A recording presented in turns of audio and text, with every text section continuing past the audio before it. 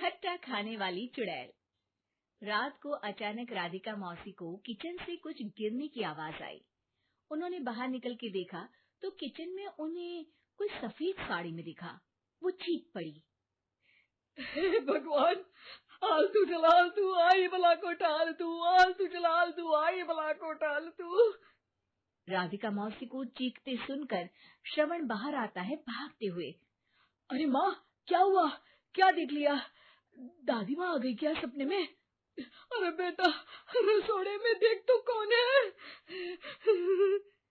श्रवण रसोड़े में झांक कर देखता है और उसे कोई नहीं दिखता अंदर। अब रसोड़े में तो कोई नहीं है माँ। कोई सफेद साड़ी में नहीं है क्या? नहीं माँ, कोई भी नहीं है। चिल्लम चिल्ली की आवाज सुनकर काजल भी वहां आ जाती है। अब क्या हो गया माँ जी? अरे बेटा, रसोड़े में एक चुड़ैल थी सफेद साड़ी में। अरे क्या कर रही थी वो अंदर? अरे बताया नहीं, कल आएगी ना तो पूछ लूंगी। चुड़ैल जी, आपका क्या प्लान है? माँ जी, रात बहुत हो गई है, आपने कोई बुरा सपना देखा होगा, चलिए सो जाइए। राधिका मौसी सोने तो चली जाती है, पर उनको रात भर नींद ही नहीं आती। वो कुछ भी उलझुल बातें सोचने लगती है। कहीं चुड़ैल की वजह से तो घर में टेंशन नहीं हो रहा, कहीं उसी की वजह से तो वो दादी नहीं बन पा रही। सुबह जब राधिका मौसी रसोड़े में छानबीन करती है तो पाती है कि नींबू का अचार गायब है। चुड़ैल नींबू का अचार ले गई? मुझे तो ठीक नहीं लग रहा कुछ। चुड़ैल को भी पता है कि जिंदगी का असली मजा तो खट्टे में ही है। राधिका मौसी झट से श्रवण को फोन कर देती है। बेटा, मुझे समस्या समझ में आ गई है, हमें एक तांत्रिक की जरूरत है। अरे क्या बोल रही हो माँ, तांत्रिक की क्या जरूरत है? आप पूजा पाठ तो कर ही रही हो ना। आलतू जलालतू मंत्र सारे फालतू जैसे कुछ मंत्र पढ़ो, चली जाएगी अपने आप चुड़ैल। अरे नहीं बेटा, कभी चुड़ैल को कम नहीं समझते। अरे तुझे पता भी नहीं चलेगा कि कभी वो छल करके काजल की जगह घर की बहू खुद बन जाएगी। क्या माँ, कुछ भी बोल रही हो? कहाँ काजल और कहाँ चुड़ैल। वैसे एक बात बताओ, काजल को अगर गाने के लिए बोल देना तो चुड़ैल काजल की आवाज सुनकर घर तो क्या धरती लोग छोड़कर चली जाएगी। तुम ना पढ़े लिखे बच्चे हर चीज को मजाक समझते हो। तुम रहने दो, मैं खुद ही तांत्रिक को बुला लेती हूँ। अच्छा सुन, शाम को इमली लेके आना। क्या है कि चटनी खाए बहुत दिन हो गए है ना।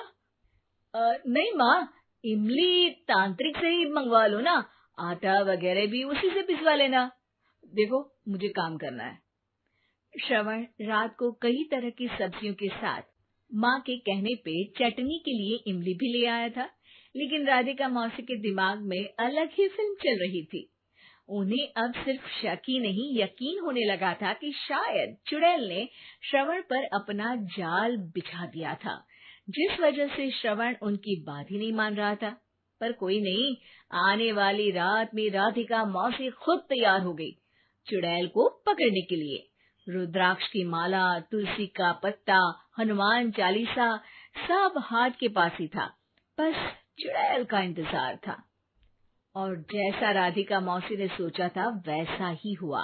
वो चुड़ैल उस रात भी आई, पर वो राधिका मौसी से तेज निकली और राधिका मौसी के उससे पकड़ने के पहले ही वो भाग खड़ी हुई। जरूर बहू पे साया है उस चुड़ैल का, तभी तो श्रवण के कमरे में गई है। और अगली सुबह राधिका मौसी पिछली रात हुए हमले में किन चीजों का नुकसान हुआ उसका हिसाब लगा रही थी। उनके खेमे से एक आम के अचार की शीशी भी गायब हो चुकी थी, और वो इमली भी जो कल श्रवण लेकर आया था। राधिका मौसी इस बारे में सोच ही रही थी कि श्रवण जल्दी से रसोड़े में आकर दवाइयों की पोटली ढूंढने लगता है। अरे बेटा, क्या हो गया? अब माँ, वो काजल की तबीयत खराब है, बहुत घबराहट हो रही है उसे।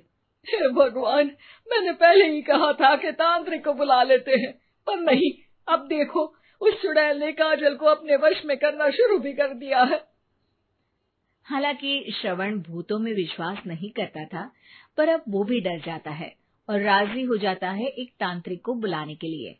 कुछ ही घंटों में तांत्रिक आ जाते हैं और राधिका मौसी तांत्रिक जी को सब बता देती है। घोर संकट, घनघोर संकट, चुड़ैल को मारू जोर चाकट, ओम भट स्वाहा खटखा के आहा। अरे ये क्या मंत्र है? मेरे खुद के ओरिजिनल मंत्र है, कल रात को ही लिखे हैं, अच्छे लगे तो दाद चाहूंगा। एक और मंत्र सुनो।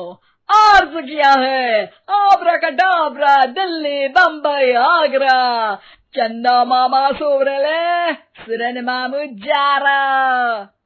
ये मंत्र है? अरे कोई 40 वालीसा पढ़ो ना।